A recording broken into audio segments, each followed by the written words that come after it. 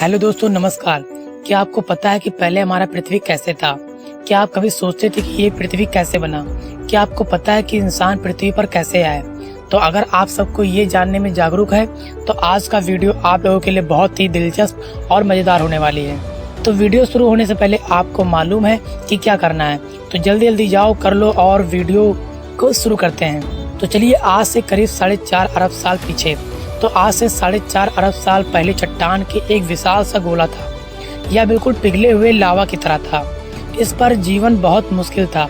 इस वक्त पृथ्वी पर अंतरिक्ष से छोटे छोटे चट्टानों की बरसात हो रही थी। यह प्रक्रिया बहुत लंबे समय तक चलती रही। इसके बाद यह चट्टान के विशाल से गोले को ग्रह में बदल दिया, जिसमें आज हम लोग रह रहे हैं। साथ में इस ग्रह का अपना चांद भी बना। इस वक्त पृथ्वी का तापमान बहुत अधिक था। आप इसे सूर्य से कंपेयर कर सकते हैं। वैसे तो सूर्य अपने आप में बहुत बड़ा पिंड है। काफी लंबे समय के बाद हमारे पृथ्वी का तापमान थोड़ा ठंडा हुआ और इस पर ठोस सतह का निर्माण हुआ।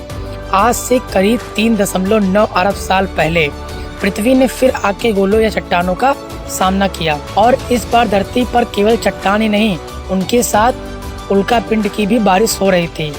प्रतिदिन कई हजारों की संख्या में उल्कापिंड बरस रही थी। ये उल्कापिंड अपने साथ बहुत ही खास चीज लेकर आए थे।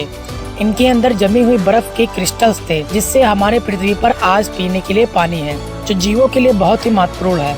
और साथ ही साथ नाइट्रोजन गैस भी लाया था। पर धरती पर अभी भी कोई जीव नहीं था। धरती अभी जहरीली गैसों से भरी थी। अभी ऑक्सीजन का भी नामो निशान नहीं और धरती भी समुद्रों से अब भर गई थी। पर अब यहाँ से अपने पृथ्वी पर अच्छे अच्छे बदलाव होने लगे। आज से 3.8 अरब साल पहले हमारी धरती पर एक बार फिर से उल्कापिंड की बारिश हुई।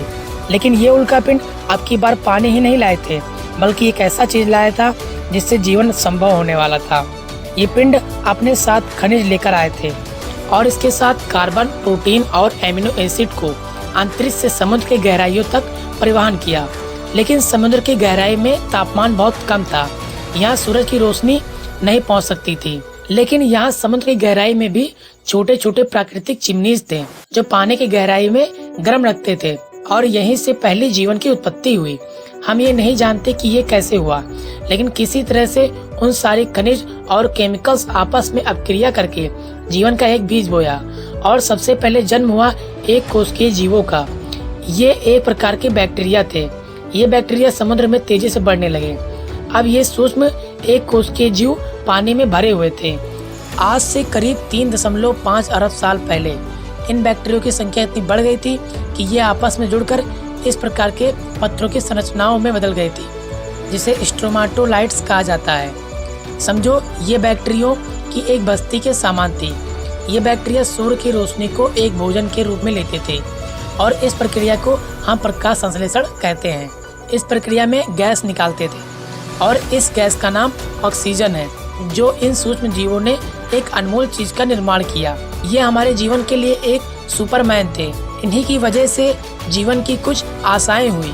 इनके बिना धरती पर कोई भी जीव उत्पन्न नहीं हो पाता। ऐसे ही करीब 2 सालों तक ऑक्सीजन की मात्रा बढ़ती रही। आज से 54 करोड़ साल पहले धरती का सारा बर्फ पिघल चुका था। इस वक्त समुद्र के अंदर जाने पर हमें एक नई चीज मिलती है। ऑक्सीजन की उपलब्धता में अब वे एक कोशिकीय जीव कई अन्य रूपों में विकसित हो चुके थे। यहाँ चारों तरफ समुद्री पौधे और छोटे छोटे जीव जन्म ले चुके थे। साथ ही दैत्याकार समुद्री दानव भी था। इसका नाम एनिमोलोकैरिस है। ये सब कॉम्प्लेक्स मल्टीसेल्युलर ऑर्गेनिज्म के नए प्रजाति थे, जो कि एक कोशिकीय सूक्ष्म जीव से विकसित हुए थे। ये है पिकाया। ये केवल 5 सेंटीमीटर लंबे थे, लेकिन इन्होंने अपने शरीर में एक ऐसी खास चीज विकसित कर लिया था जो आगे चलकर हमारे शरीर का एक महत्वपूर्ण अंग बनने वाला था। ये पहले जीव थे जिनके पास रीढ़ की हड्डी थी और इन्हीं से विकसित होकर ये खासियत हम लोगों को मिलने वाली थी। आज से 46 करोड़ साल पहले अब धरती कुछ जानी पहचानी सी हो गई थी। धरती का सुपर कॉन्टिनेंट अब और भी कई भागों में टूट चुका था, लेकिन यहाँ अभी भी रहने वाले जीव नहीं आए थे। यहाँ तक कि धरती के सतह पर कोई भी पेड़ पौधे भी नहीं थे।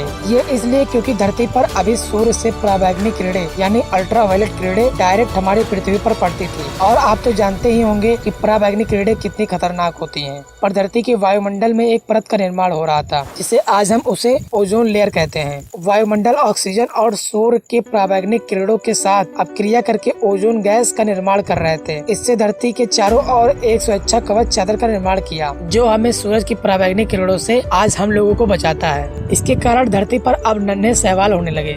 समुद्र में रहने वाली ये मछली टिकटैलिक, जिसने पहली बार समुद्र से बाहर आने का निर्णय लिया, इसने अपने फ्लिस का निर्माण पैरों के रूप में किया और ये समय के साथ जमीन पर ज्यादा देर तक रहने लगा, जिससे इसके अंग काफी विकसित हो गए। करीब 1.5 करोड़ विकास क्रम के बाद ये जानवर अब पूरी तरह जमीन में रहने के लायक हो चुके थे और इन्हें कहा जाता है टेट्रापॉड्स। आज से करीब 36 करोड़ साल पहले ये टेट्रापॉड्स पूरी तरह विकसित हो गए थे। यही वो जीव थे जो आगे चलकर डायनासोर, बर्ड्स और मैमल्स और अंत में इंसानों में विकसित होने वाले थे। लेकिन धरती को फिर से एक बार झेलना पड़ा। एक बार फिर से ज्वालामुखी विस्फोट के कारण धरती का तापमान बहुत ही बढ़ गया। इससे धरती पर बहुत बड़ा अकाल पड़ गया। इस अकाल में सारे पेड़ सूख गए थे और धरती पर कुल 95% आबादी कुछ साफ हो गई थी। इस अकाल में कुछ जीव ही जिंदा बच पाए, जिन्होंने जिंदा रहने के लिए कुछ भी खाना शुरू कर दिया और गर्मी से बचने के लिए जमीन में रह रहे थे। और समय के साथ परिस्थितियों में सुधार आया। धरती वातावरण फिर से सामान्य हो गया। आज से 20 करोड़ साल पहले ज्वालामुखी विस्फोट के कारण नए भूभागों का निर्माण हुआ, जिससे आपस में मिलकर एक सुपर कॉन्टिनेंट का निर्माण किया, जिसका नाम था पेंजिया। इतने बड़े अकाल गुजरने के बाद धरती वायुमंडल फिर से सामान्य हो गई। सतह पर नए पेड़ पौधे उगाए थे और धरती पर जो 5% जीव बचे थे वे अब विकसित हो चुके थे और एक बिल्कुल नए प्रजाति का जन्म हुआ, जो आने वाले समय पर उसका राज होने वाला था, जिनका नाम था डायनासोर। डायनासोर उन्हीं 5% रेंगने वाले जीवों से विकसित हुए थे, जो उस अकाल में अपने आप को किसी तरह से बचा पाए थे। डायनासोर के भी कई प्रजातियां थी, कुछ शाकाहारी थे तो कुछ मांसाहारी भी थे। डायनासोर करीब 11 करोड़ साल तक धरती पर राज किए। फिर इसके बाद डायनासोर के साथ क्या हुआ ये हम जानेंगे अगले वीडियो में। तो अगर आप आगे भी जानना चाहते हैं तो हमारे वीडियो में बने रहिए। हमारे चैनल को सब्सक्राइब कर लीजिए।